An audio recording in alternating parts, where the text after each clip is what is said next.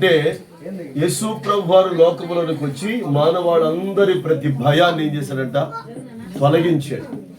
ఈ రోజున ఈ కుటుంబానికి కూడా ప్రభు అన్నాడు, దేని విషయంలో మీరు భయపడొద్దు, భయము చెందొద్దు, దిగులు చెందొద్దు. ఎందుకంటే దేవుడు అంటున్న మాట, నేను నీకు సహాయం చేస్తాను, నేను నిన్ను బలపరుస్తాను. కాబట్టి దేవుడు మనందరితో మాట్లాడుతున్నమాట, భయము పడొద్దు, భయము చెందొద్దు.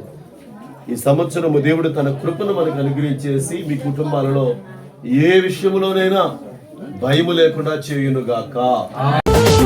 రక్షకుని జన్మస్థలమా యూదయ బెత్లెహేమా, రక్షకుని జన్మస్థలమా యూదయ బెత్లెహేమా, ఆరాధనలకు ఆరంభమా హృదయార్పణలకు నివాసమా, ఆరాధనలకు ఆరంభమా హృదయార్పణలకు నివాసమా, ఎందుకో ఇంత భాగ్యము దాచి ఉంచే ప్రభు నీ కోసము, ఎందుకో ఇంత భాగ్యము దాచి ఉంచే ప్రభు నీ కోసము, స్తుతియు మహిమ ప్రభావము ఎల్లవేళల ప్రభుకే చెందును, స్తుతియు మహిమ ప్రభావము ఎల్లవే. కాలము పరిపూర్ణమైనప్పుడు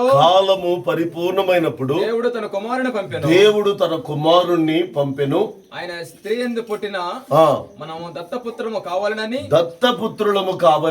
ధర్మశాస్త్రముకు లోబడి ఉన్న వారిని విమోచించుటకై ధర్మశాస్త్రముకు లోబడిన వాడాయను. దేవునికి స్తోత్రం. ప్రభుకే చెందును. రక్షకుని జన్మస్థలమా యూదయ బెత్లెహేమా, రక్షకుని జన్మస్థలమా యూదయ బెత్లెహేమా.